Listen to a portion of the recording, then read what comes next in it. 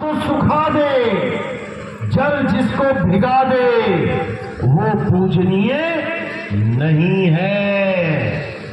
उसकी पूजा असत्य की पूजा है। तो बताओ किसका अस्त्र शस्त्र से शरीर नहीं कटता? कृष्ण जी हुए हैं। कृष्ण जी के शरीर का अंत कैसे हुआ? उनके पैर पे शिकारी ने तीर मारा, तो जिसको अस्त्र शस्त्र लग गया वो पूजनीय है, या जिसको अस्त्र शस्त्र काट नहीं सकता वो पूजनीय है? हमें तो यही समझ में नहीं आएगा। लेकिन जब मालिक की दया होती है, जब परमपिता परमात्मा की दया होती है, तब ये जीव सत्य असत्य का निर्णय कर पाता है। हे अर्जुन, जो लोग अपनी आत्मा में रमण करते हैं, जो अपनी आत्मा में तृप्त हैं, जो अपनी आत्मा में संतुष्ट हैं, उनके लिए कोई धर्म धार्मिक कर्म कर्तव्य लागू ही नहीं होता। अध्याय 3 17वां श्लोक। अध्याय 3 17वां श्लोक आपको कोई सुनाएगा नहीं, क्योंकि अगर ये श्लोक आपके समझ में आ जाए तो इस दुनिया में जितना भी असत्य है, जितने भी लोग असत्य की दुकान खोल के बैठे हैं, जितने भी लोग भगवान के नाम पे असत्य की पूजा करवा रहे हैं, इन सब की दुकानें हिल जाएंगी। इसलिए आपको घर में गीता रखना भी अलाउड नहीं करते। कई लोग कहते हैं घर में महाभारत गीता नहीं होनी चाहिए। किस किस ने ये बात सुनी अपने जीवन में? हाथ खड़ा करो। जो लोग सुने हैं कि घर में महाभारत गीता नहीं होनी चाहिए, जबकि हमारा सबसे बड़ा ग्रंथ हिंदू लोगों का सबसे बड़ा ग्रंथ गीता ही है, और उसी को घर में नहीं रखवाया जाता। क्यों? क्योंकि जिसने गीता पढ़ ली वो सत्य सत्य का भेद समझ जाता है, उसके बाद वो असत्य को ग्रहण नहीं करता। लेकिन रामचरितमानस को घर घर में पहुंचाया गया। किस किस के घर में है रामचरितमानस? किस किस ने अपने जीवन में एक बार भी पाठ करवाया रामचरितमानस? हाथ खड़े करो। यहां भले कम है, लेकिन ज्यादातर लोग हर साल रामचरितमानस का पाठ करवाते हैं। 3 दिन चलता है लगातार, कहीं कहीं 2 दिन चलता है लगातार। क्यों करवाते हैं? गीता का पाठ क्यों नहीं करवाते घर घर में? क्योंकि रामचरितमानस का पाठ करके आपकी श्रद्धा शरीर से जुड़ जाती है। किसके शरीर से? राम जी के शरीर से, सीता जी के शरीर से, हनुमान जी के शरीर से, लक्ष्मण जी के शरीर से, और आप उनका पूरा परिवार अपने घर में स्थापित कर लेते हो। राम जी, लक्ष्मण जी, जानकी जी और साथ में हनुमान जी बैठे हैं। पूरा परिवार आपने स्थापित कर लिया। कौन सा ग्रंथ पढ़ के? रामचरितमानस। लेकिन जब आप गीता पढ़ते हो तो आप हर प्रकार के शरीर को त्याग देते हो, क्योंकि गीता में आप स्पष्ट रूप से समझ जाते हो कि ये शरीर असत्य है। चाहे वो मेरा है, चाहे वो आपका है, चाहे वो किसी देवी देवताओं का है, सबका शरीर पैदा होता है, सबका शरीर एक दिन नाश हो जाता है। गीता में शरीर की पूजा लिखी ही नहीं है। गीता में केवल सत्य का निर्णय किया गया है कि सत्य है क्या। हे अर्जुन, इस दुनिया में केवल एक सत्य है।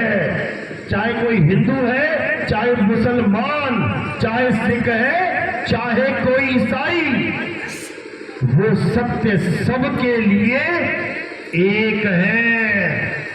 उसी एक सत्य की वजह से ये पूरा संसार चल रहा है। ये शरीर क्यों हिल रहा है हिंदुओं का? आत्मा की वजह से। आत्मा शरीर छोड़ दे तो क्या होगा? आत्मा शरीर छोड़ दे तो क्या होगा? हिंदू का शरीर गिर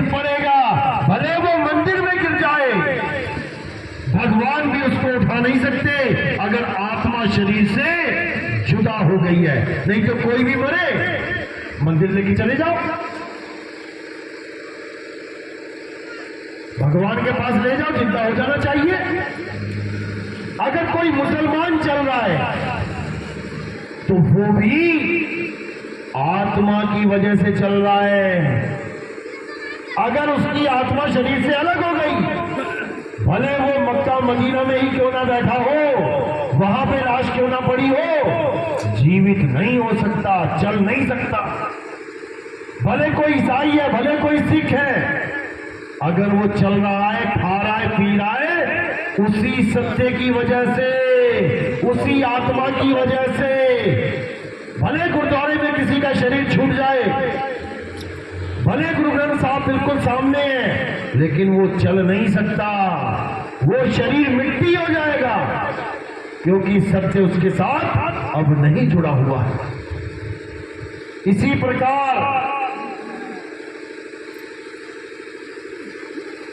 इस दुनिया में जितने भी लोग हैं, भले वो किसी भी धर्म के हो, किसी भी जात के हो, किसी भी पंथ के हो, वो उस आत्मा के द्वारा ही चल रहे हैं, उस आत्मा के द्वारा ही ये जीवन मिला हुआ है।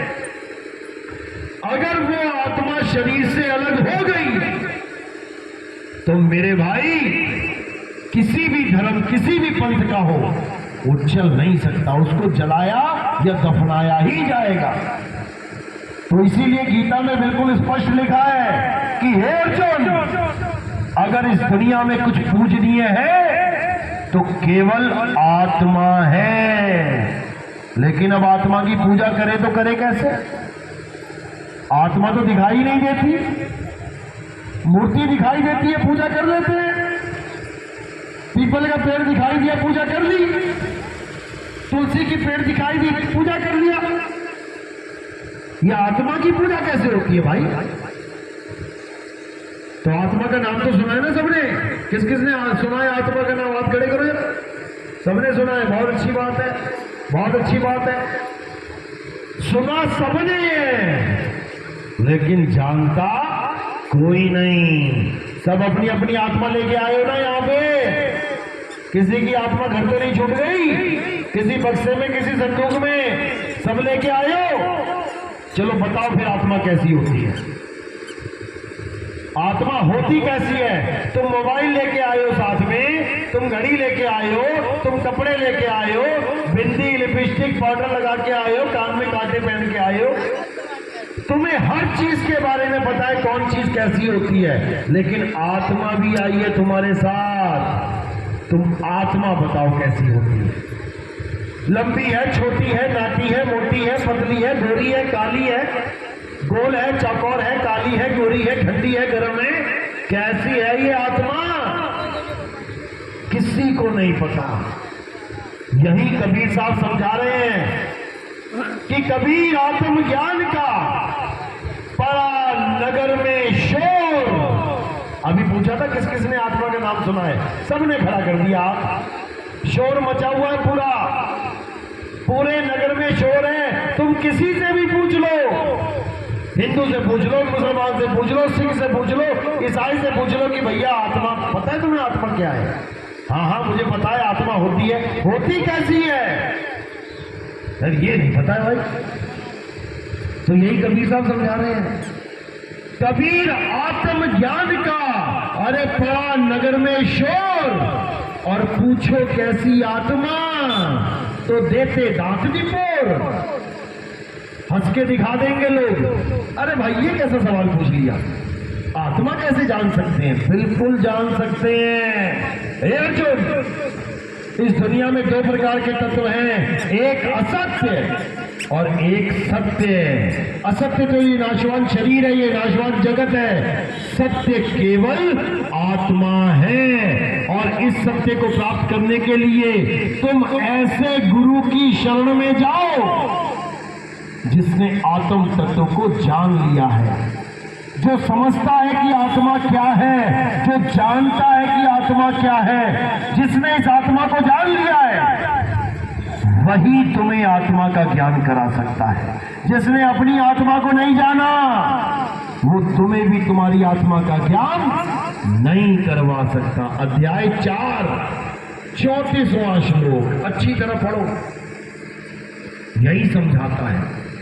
एक बार आत्मा का ज्ञान हो जाने पर ये जीव कभी असत्य की पूजा नहीं करता, ये कभी मंदिर नहीं जाता, ये कभी मस्जिद नहीं जाता, ये कभी गुरुद्वारे कभी चर्च नहीं जाता, ये कभी पीपल नहीं पूजता, ये कभी नमाज नहीं पढ़ता, ये हर प्रकार के कर्म कांड से न्यारा हो जाता है। हे अर्जुन, जो अपनी आत्मा में संतुष्ट हो जाते हैं, जो अपनी आत्मा में तृप्त हो जाते हैं, जो अपनी आत्मा में लीन हो जाते हैं, वो कभी किसी अन्य जीव पर, किसी अन्य वस्तु पर निर्भर नहीं रह जाते। उनको सारी उम्र कभी किसी मंदिर में ना भी जाना पड़े, उनको तब भी परमात्मा मिल गया। वो कभी नमाज ना पढ़े, उसको तब भी अल्लाह मिल गया। वो कभी गुरुद्वारे ना जाए, उसे तब भी वाहेगुरु मिल गया। और जो कभी चर्च ना जाए, तब भी उसे गॉड मिल गया। ये आत्मा ऐसी चीज है। लेकिन आत्मा का ज्ञान ना होने के कारण ये जगत के गुरुआ लोग जीवों को भरमा देते हैं, भगवान के नाम पे भरमा देते हैं कि राम चाहिए, राम राम करना पड़ेगा। कृष्ण जी चाहिए, हरे कृष्ण राधे राधे करना पड़ेगा। अल्लाह चाहिए, अल्लाह करना पड़ेगा। अरे मुझे पानी चाहिए, मुझे भोजन चाहिए, मुझे सोना चाहिए, मुझे हीरा चाहिए, क्या करना पड़ेगा? मुझे पानी चाहिए तो क्या मुझे पानी पानी जपना पड़ेगा कि मैं जपूंगा पानी पानी पानी पानी पानी पानी? अरे पानी पानी करता प्यासा ही मर जाऊंगा। पानी पानी करने से किसी की प्यास नहीं बुझने वाली। ऐसे ही राम राम करने से किसी को राम मिलने वाला नहीं। बाबा नानक की वाणी क्या कहती है? राम राम करता सब जग फिरे, राम न पाया जाए।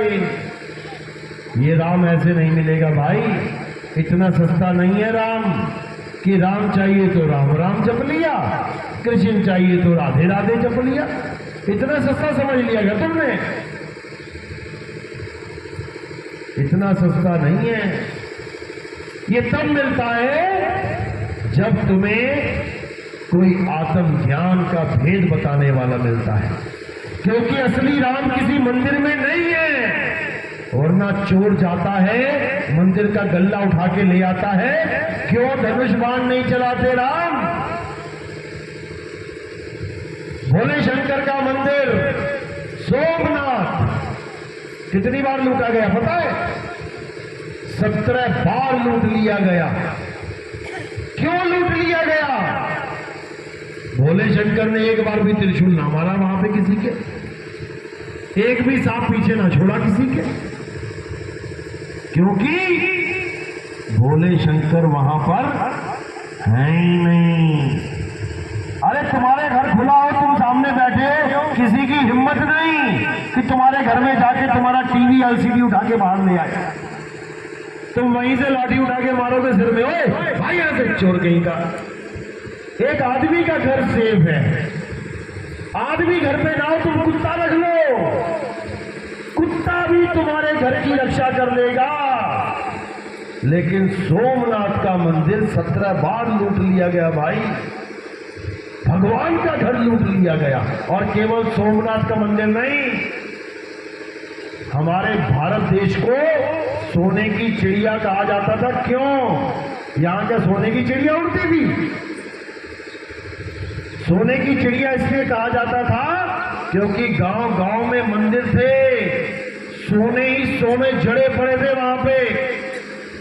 जो लोग दार्शनिक घूमने आते थे जैसे तुम कहीं चले जाओ वीजा लेके घूमने और तुम देखो वहां जाके कि अरे बाप रे बाप, यहां तो गली गली में सोना पड़ा हुआ है और कोई उठाने वाला नहीं है, तो तुम क्या करोगे? तुम जाओगे अपना घर वापस, अब तिगड़मबाजी लगाओगे, दिमाग लगाओगे, भाई ये सोना वहां गली गली में पड़ा है, इसको यहां तक कैसे लेके आया जाए। उसके बाद क्या होगा?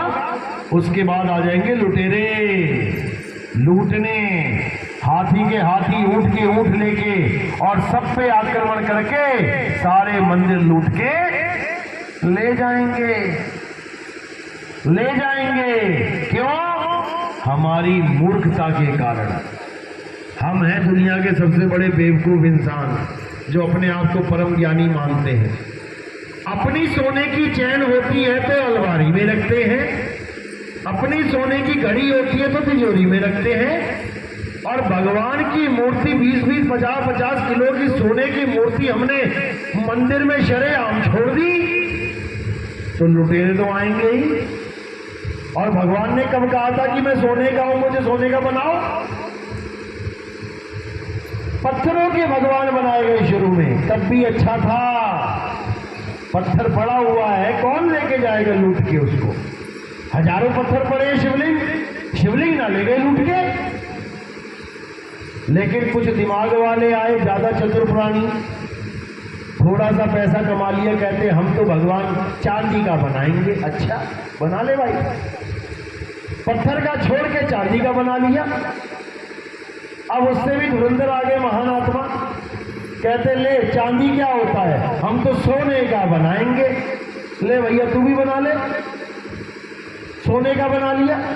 अब उससे भी आ गए परम ज्ञानी, हम तो इसमें हीरे जड़ेंगे। ले भैया तू भी जड़ ले हीरे। अब क्या करें? अब मंदिर में स्थापना करेंगे। अच्छा, अपना माल रखो तुम बंद कर करके और लोगों से पैसा इकट्ठा कर करके सोने की मूर्तियां बना बना के, हीरे जड़ा जड़ा के रख लो मंदिर के अंदर शरेआम। अभी तो नहीं है, पहले हर मंदिर में सोने की मूर्तियां हीरों से जड़ी हुई होती थी। नहीं होती तो बता दो। अरे तुमने चीनी फेंकी है तो चींटियां आएंगी। चींटियों का कसूर नहीं है कि तुम कह रहे हो छाती फोड़ के आए, हमें लूट के ले गए। तुम्हारी मूर्खता की वजह से हमारे देश का अनमोल खजाना आज उन विदेशियों के पास पड़ा है, केवल हमारी मूर्खता की वजह से। हमने ये महामूर्खों वाले काम किए हैं, बड़ी बड़ी मंदिर बना के, बड़े बड़े सोने की मूर्तियां बना बना के। वही पैसा, वही सोना अगर आज हमारे देश में होता तो लोग हमारे देश में आने के लिए लाइन में लगा के वीजा ले रहे होते। इतना पैसा होता, इतना पैसा होता कि लोग लाइनों में लग के कर्जा ले रहे होते भारत देश से। जो आज ये कितना कर्जा लेके बैठा हुआ है, एक एक आदमी पे 50-50 हजार का कर्जा है। जैसे तुम पैदा होते हो, तुम्हारे घर में बच्चा पैदा होता है, 50 हजार का कर्जदार है वो वर्ल्ड बैंक का। किसी गलत फहमी मत रहना कि हम तो आजाद हैं। आजाद वाजाद कोई नहीं है, एक डंडा आएगा ऊपर से, सबकी आजादी धरी की धरी रह जाएगी। गुलाम हो तुम लोग, गुलाम। आजाद कब होगे? जब भारत देश का सारा कर्जा हम वापिस कर देंगे, तब हम आजाद हैं। अभी तो तुम्हें यह भी नहीं पता होगा कि कर्जा है कितना, कितना होगा। सोचो, सोच भी नहीं पाओगे तुम, इतना कर्जा लेके बैठे हैं हम, केवल अपनी मूर्खता की वजह से। कृष्ण जी ने कभी नहीं कहा कि मेरी सोने की मूर्ति बनाओ, राम जी ने कभी नहीं कहा कि मेरे हीरे की मूर्तियां बनाओ। अरे वो तो ये कहते रहे कि हे अर्जुन, मैं शरीर हूं ही नहीं। तो मूर्तियां किसकी बना रहे हो? हे अर्जुन, मैं अजन्मा हूं, नित्य हूं, शाश्वत हूं, मैं आत्मदेव हूं। बनाओ मूर्ति जरा आत्मदेव की, बनाओ मूर्ति आत्मा की, सोने की बनाओ, चांदी की बनाओ, धातु की बनाओ, किसी की बनाओ, बना के दिखाओ। यही मूर्खता है हमारी कि हम सत्य को असत्य को जानते ही नहीं, जबकि हमारी गीता में हर चीज लिखी गई है, लेकिन तुम तक गीता कभी पहुंचने ही नहीं दी इन लोगों ने। आज हमें मुसलमान बड़े कट्टर लगते हैं। अरे मुसलमान तो बड़े कट्टर होते हैं। अच्छा, क्यों होते हैं? क्योंकि उनका बच्चा बचपन से ही अपना धार्मिक ग्रंथ पढ़ता है, कुरान पढ़ाई जाती है उनको बचपन से ही। और तुम्हारी तरह नहीं झोला पीठ पे लाद के लेके जाते हो गधे की तरह। गधा लादता है पीठ पे बोझा। कभी मुसलमान बच्चे को लेके जाते देखना, कुरान कहां रखता है पता है? कहां रख के लेके जाएगा? देखा ही होगा गांव में। कहां रखता है? यहां रखता है। कुरान को अपने दिल के पास लगा के लेके जाता है, लेके आता है। तो कट्टर होगा कि नहीं होगा? तुम्हें तो यह भी नहीं पता कि गीता के अध्याय कितने हैं, उन अध्यायों में श्लोक कितने हैं, उन अध्यायों में आत्मा के बारे में क्या बताया गया है, कुछ भी नहीं पता। और कहते हो हमें गर्व है, हम हिंदू हैं। बताओ, तुम्हें ABCD नहीं पता गीता की? तुम मूर्तियां पूज रहे हो, मूर्तियों का खंडन है गीता में, देवी देवताओं का खंडन है गीता में। तुम्हें तो इतना भी नहीं पता, और तुम देवी देवताओं की पूजा करके सोच रहे हो हम बहुत बड़ा महान काम कर रहे हैं।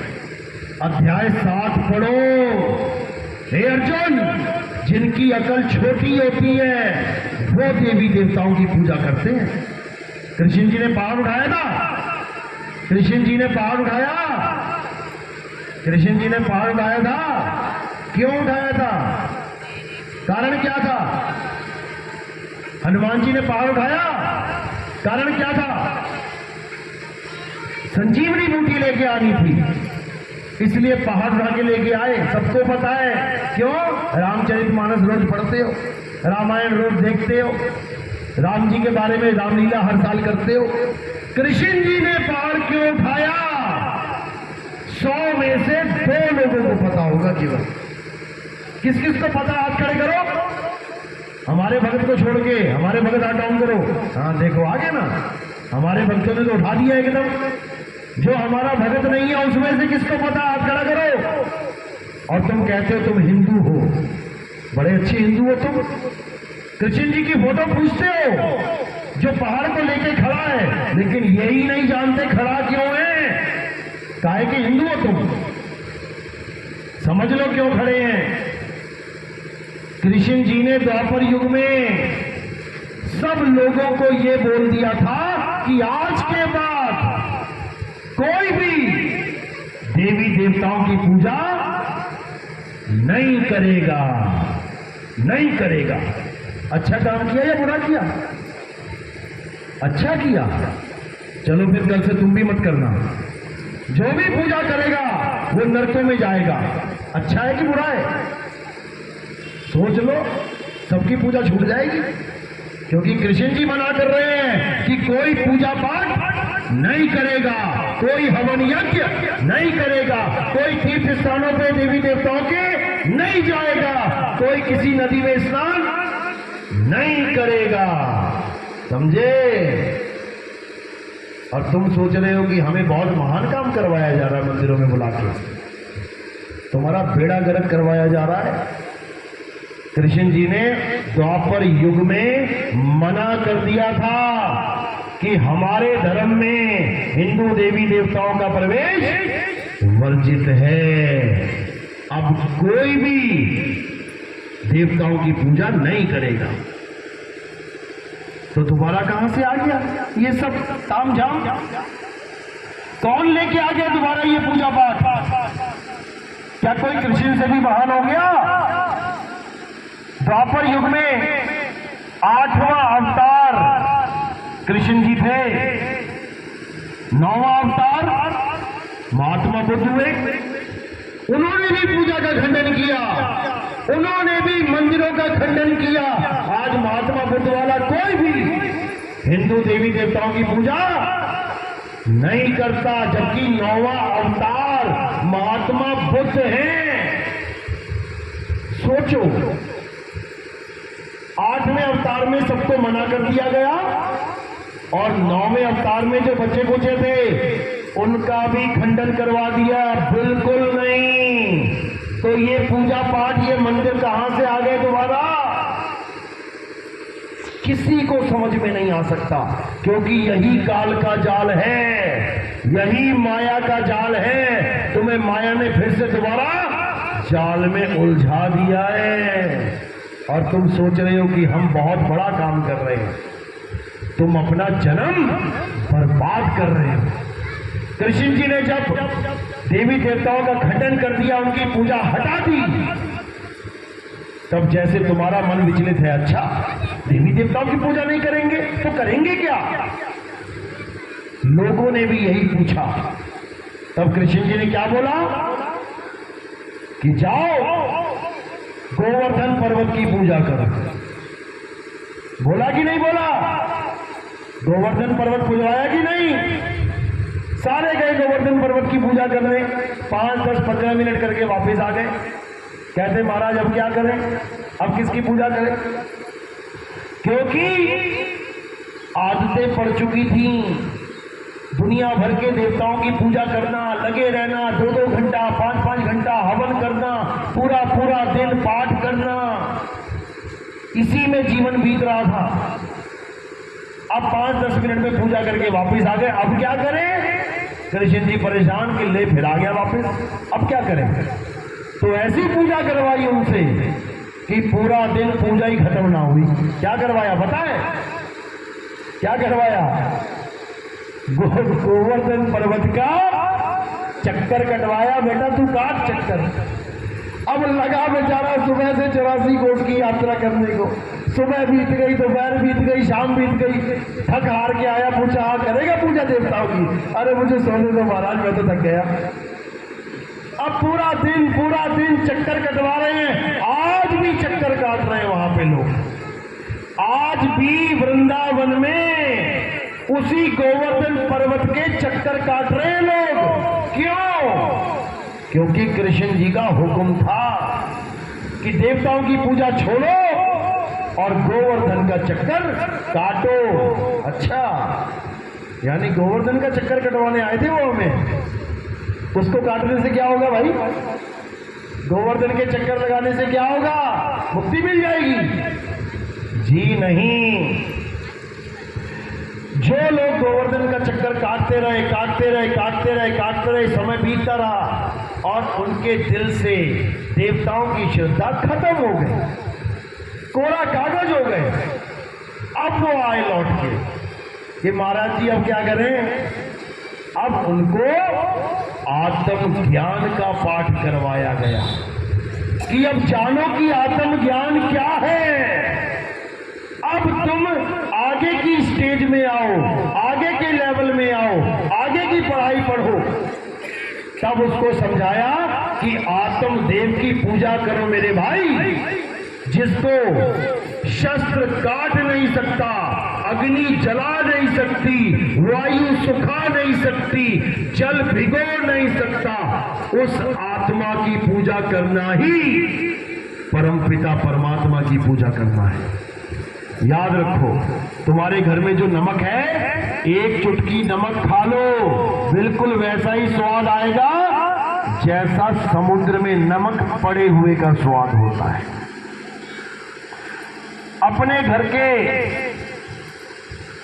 घड़े में से एक गिलास पानी पी लो, बिल्कुल वैसा ही स्वाद आएगा जैसा किसी नदी में जाके एक गिलास पानी पी लो।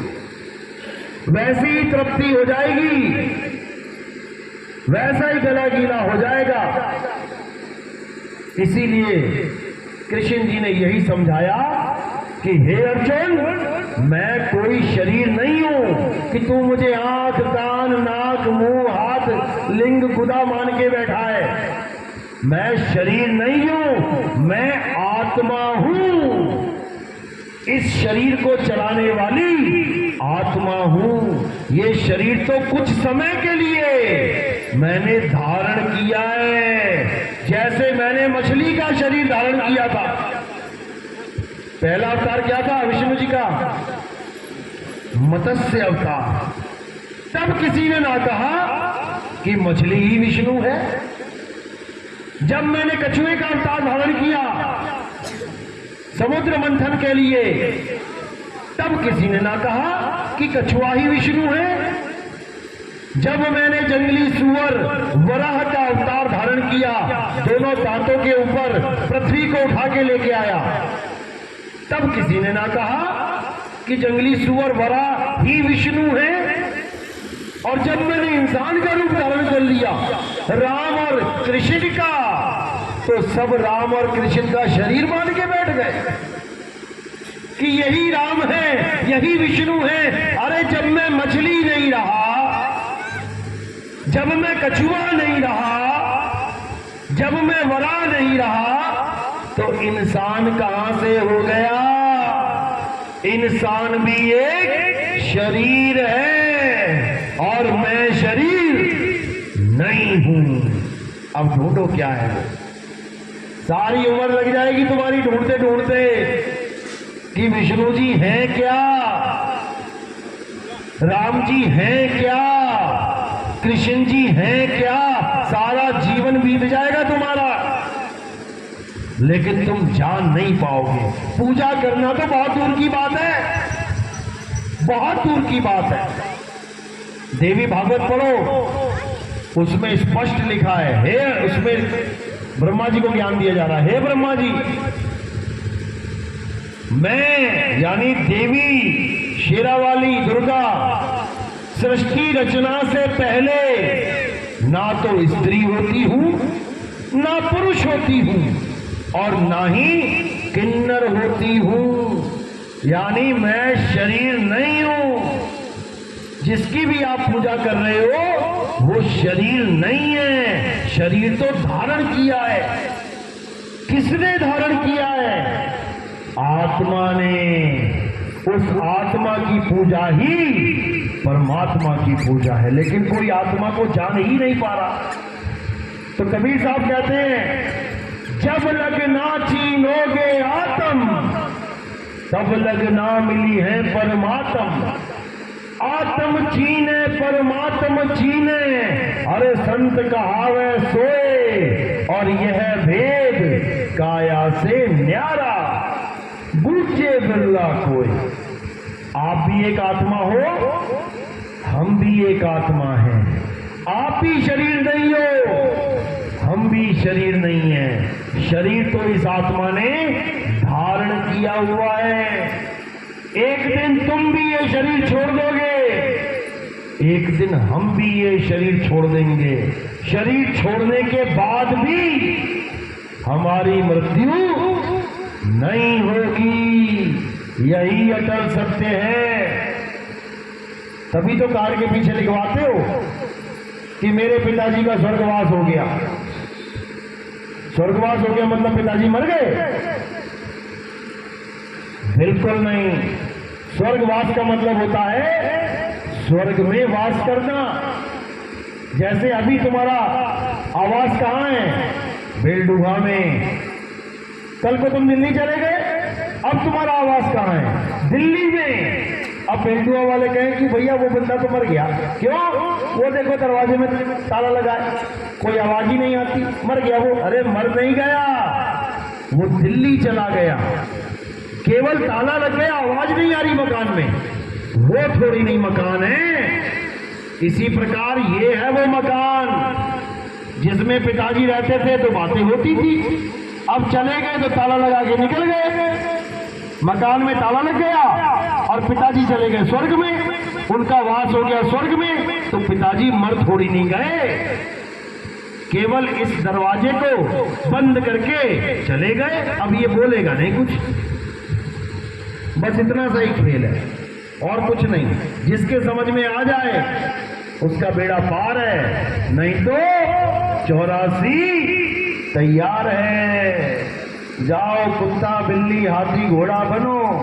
अभी तो चूहा निकलता है तो कड़की लगा देते हो फंसाने के लिए, ठक ठक। और जब तुम चूहे बन जाओगे, जब तुम चूहा बनके आटे को खोजोगे, रोटी के टुकड़े को खोजोगे और लोगों ने कड़की लगा रखी होगी, जहर की गोली डाल रखी होगी, बड़े स्वाद से खाओगे और जब तड़पोगे तब समझ में आएगा ये जीवन क्या था, इंसानी जन्म जो तुमने बर्बाद कर दिया। इसलिए देवी देवताओं की पूजा नहीं करनी है। किसकी पूजा करनी है? गुरु ग्रंथ साहब में गुरु नानक देव की वाणी है, कहते हैं आत्म देव पूजिए गुरु के सहज सुभाए। अगर किसी की पूजा करनी है तो केवल आत्मा की पूजा करनी है। अगर कोई ज्ञान प्राप्त करना है तो केवल आत्मा का ज्ञान प्राप्त करना है। कबीर साहब कहते हैं जल में मीन प्यासी, मोहे देखत आवे हासी, आत्म ज्ञान बिना नर भटके, कभी काबा कभी काशी। मुसलमान भाई काबा में जा रहे हैं, हिंदू भाई काशी को दौड़ रहे हैं और साहिब कह रहे हैं दोनों ही भटक रहे हैं। ये भटकना कब खत्म होगा? जब तुम अपने हृदय में उस मालिक को प्राप्त कर लो, खुद में आओगे तो खुदा को पाओगे, नहीं तो भटकते रह जाओ। चलो आज का सत्संग यही समाप्त करते हैं और आगे का प्रोग्राम जो है वो आपको बताया जाएगा। अब आरती का समय है, आरती कैसे करते हैं। हमारे पंथ में, हमारा कबीर पंथ है, हमारे पंथ में किसी फोटो की, कैलेंडर की, किसी मूर्ति की आरती पूजा नहीं की जाती, क्योंकि मूर्ति जीवित नहीं है। अगर मूर्ति टेढ़ी हो जाए तुम 1000 बार कहो भैया सीधे हो जाओ, सीधे हो जाओ, भगवान जी गुरु जी सीधे हो जाओ, नहीं होगी। एक छोटा सा बच्चा टेढ़ा हो गया, उसको कहो बेटा सीधा हो जा, 1 मिनट में सीधा हो जाएगा। वो भगवानों के सीधा ना हो पाया और ये इंसानों के सीधा हो गया, क्या कमी है उसमें? वो सीधा नहीं हो पा रहा है। आत्मा की कमी है, पत्थर में आत्मा नहीं होती। नहीं तो तुम कोई गलत काम करके जाते ना तो ये पत्थर का थप्पड़ पड़ता तुम्हारे कान पे कि क्यों गलती करके आया है। लेकिन ना तो कोई थप्पड़ मारने वाला है, ना कोई आशीर्वाद देने वाला है। वो जैसा डिजाइन बनाया उसने, वो सारी उम्र वैसे डिजाइन रहा खड़ा हुआ। ये भगवान के लक्षण होते हैं, ये नहीं होते। भगवान तो राक्षसों का नाश कर देते हैं, ये तो तुम्हें आशीर्वाद तक नहीं दे सकते। तो अज्ञान से बाहर आना है, आत्म देव की पूजा करनी है, जिसकी वजह से आप सब चल रहे हो। बिना आत्मा के कोई नहीं चल रहा है। कोई बिना आत्मा के चल रहा है? कोई नहीं चल रहा बिना आत्मा के। 24 घंटे करंट लगा रखा है तुमने आत्मा का। जैसे ये पंखा इतनी हवा दे रहा है, क्यों? करंट लगा हुआ है इसमें। करंट लगा है तो घूम रहा है, करंट हटा तो रुक गया। इसी प्रकार आत्मा लगी है साथ में तो तुम भाग रही हो। मेरे कपड़े, मेरी लिपस्टिक, मेरी बिंदी, सब कुछ याद आ रहा है, और आत्मा अलग तो ऐसे नाले में गिर पड़ोगी। नाले में गिर जाओगी, उठने का भी याद नहीं है, उठ जाऊं मैं। इस आत्मा की वजह से ये सुंदर सुंदर बन के आ रही हो। आत्मा ना हो तो ये कपड़े भी खींच लेंगे लोग, नंगा करके भेज देंगे शमशान घाट में मरने के लिए, जलने के लिए। अगर तुम्हारी कदर पड़ रही है, तुम्हें कोई प्यार कर रहा है, तो क्यों? आत्मा की वजह से। माँ को बेटी प्यार कर रही है, बेटी को माँ, पति को पत्नी प्यार कर रहा है, पत्नी को पति, क्यों? आत्मा की वजह से। किसी की बीवी मर जाए, उसको कहो रखे जरा इसको महीना अपने साथ, कहेगा भैया चुड़ैल बन जाएगी, ले जाओ इसको, जला दो इसको। 2 रात नहीं काट सकता तुम्हारे साथ तुम्हारा पति, लाश के साथ काट के दिखा दे, है हिम्मत तो। सारा जीवन काट रहा है तुम्हारे साथ केवल आत्मा की वजह से। और अगर तुमने आत्मा को ही नहीं जाना, जो तुम्हारा प्रभु है, जिसको तुम कहते हो प्रभु के बिना पत्ता नहीं हिल सकता, अरे वो आत्मा है जिसके बिना पत्ता नहीं हिल सकता। वो आत्मा है जिसकी वजह से तुम्हारी उंगली हिल रही है। वो आत्मा ही प्रभु है जिसको तुम जानते नहीं हो और पत्थर को प्रभु मान के बैठ गए हो। वो पत्थर की सफाई ये आत्मा ही कर रही है, समझे? तो अब आत्मज्ञान को जानना है, देवी देवताओं की पूजा नहीं करनी है। किसके समझ में आ रही है बात? मेरी हाथ खड़े करो। हाँ, अभी आ गया ना रामनवमी, अभी सब लाइन में खड़े हो जाएंगे। अभी आ गया ना गणेश चतुर्थी, अभी सब आ जाएंगे। हम करेंगे विसर्जन, हम करेंगे। ये माया ने ऐसा जाल बुन रखा है तुम्हें प्रभु से दूर करने के लिए, कहीं तुम्हारी मुक्ति ना हो जाए, इसलिए ऐसा भटका रखा है तुम्हें कि तुम्हारी हालत खराब हो जाएगी। देवी देवताओं पूछते हो, देवी देवताओं का राजा पता है कौन है? कौन है? इंद्र। इंद्र है ना देवी देवताओं का राजा। क्या करने गया था गौतम ऋषि के घर में? गौतम ऋषि के घर में क्या करने गया था? देवताओं का राजा। ये हाल है देवताओं के राजा का। अब तुम सोच रहे हो हमारा स्वर्गवास हो जाए, पिताजी का स्वर्गवास हो जाए। अगर तुम चली गई इंद्र के यहाँ और कोई भक्ति करने बैठ गया ना कहीं खेत वेत में, तुम्हें भेज देगा, जाओ उसकी भक्ति भंग करके आ, कैसे भी आ। यहाँ तुम सती सावित्री बनी हुई हो, एक पति वाली, पता नहीं किस किस की पत्नी बना देगा वो। देखा कि नहीं देखा? टीवी में कोई भक्ति करने बैठता है तो इंद्र का सिंहासन डोलने लग जाता है। वो क्या करता है फिर? मेनका को भेजेगा, नाचेगी जाके वहां पे। ये काम देवताओं के हैं क्या? कोई भक्ति कर रहा है, करने दो उसको भाई। तुम्हारे खेत में कोई भक्ति कर रहा हो, बाबा बैठा हो, तो तुम क्या करोगे? उसके कान में लकड़ी डालोगे जाके क्या कि उसकी भक्ति भंग कर दूं? तो देवताओं का राजा ये काम कर रहा है, और वो भी इतना नीच काम की नंगी औरतों को भेज रहा है उसके सामने। अच्छा काम है कि बुरा काम है? अरे अच्छा काम है कि बुरा काम है? तो फिर पूजनीय है क्या ये लोग? तो फिर किसकी पूजा कर रहे हो? तुम्हें तो यही नहीं पता कि पूजा करनी किसकी है। अंधी गधी, अंधी भेड़ जहां मुंह घूम गया वहीं पहुंच गई। भेड़ चाल में फंस गए हम लोग। पूजनीय केवल एक है और वो है आत्मदेव, जिसको कोई काट नहीं सकता, मार नहीं सकता, जिसको कोई जला नहीं सकता। सारी दुनिया के लोग खड़े हो जाओ, अपने अपने भगवान को याद करो, भक्ति करो और वरदान मांगो, हे भगवान आत्मा मर जाए। तो मर जाएगी क्या? सारे मुसलमान एक जगह खड़े हो जाओ, सारे हिंदू एक जगह खड़े हो जाओ, सारे ईसाई, सारे अपने अपने भगवान से वरदान मांगो कि आत्मा मर जाए। तब भी ना मरेगी, क्योंकि आत्मा का ना तो कभी जन्म होता है ना ही कभी मृत्यु होती है। वो है असली भगवान, असली परमात्मा। ये नहीं है जो गौतम ऋषि के यहाँ जा रहे हैं, धक्के खा रहे हैं, फिर शराब खा खा के वापिस आ रहे हैं। समझे? चलो, तो अब आरती होगी। आरती में क्या होता है? हमारे यहाँ आत्मदेव की आरती होती है। आपने थोड़े से फूल मेरे सिर पे रखने हैं आके। सिर पे क्यों रखते हैं? क्योंकि पैर के अंगूठे से लेके सिर तक ये शरीर है। हमने फूल कहाँ समर्पित किए? शरीरों से परे, यानी ये फूल आत्मा को समर्पित हो जाते हैं। तो एक एक करके आना है, फूल सिर पे रखने हैं, थाली सामने होगी, दिया जला होगा, केवल थाली को हाथ लगा के नमस्कार कर देना है। कोई प्रचार में योगदान करना चाहेगा, सेवा करना चाहेगा, वो केवल पैरों में रखनी है। कोई गोद में ना रखे, कोई थाली में ना रखे, केवल पैरों में।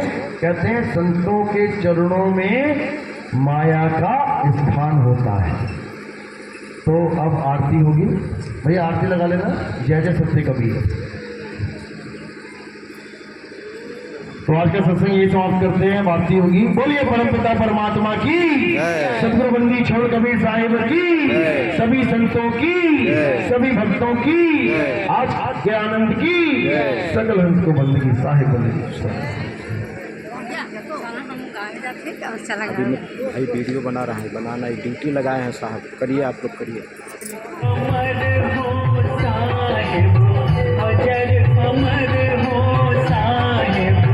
चारों युग में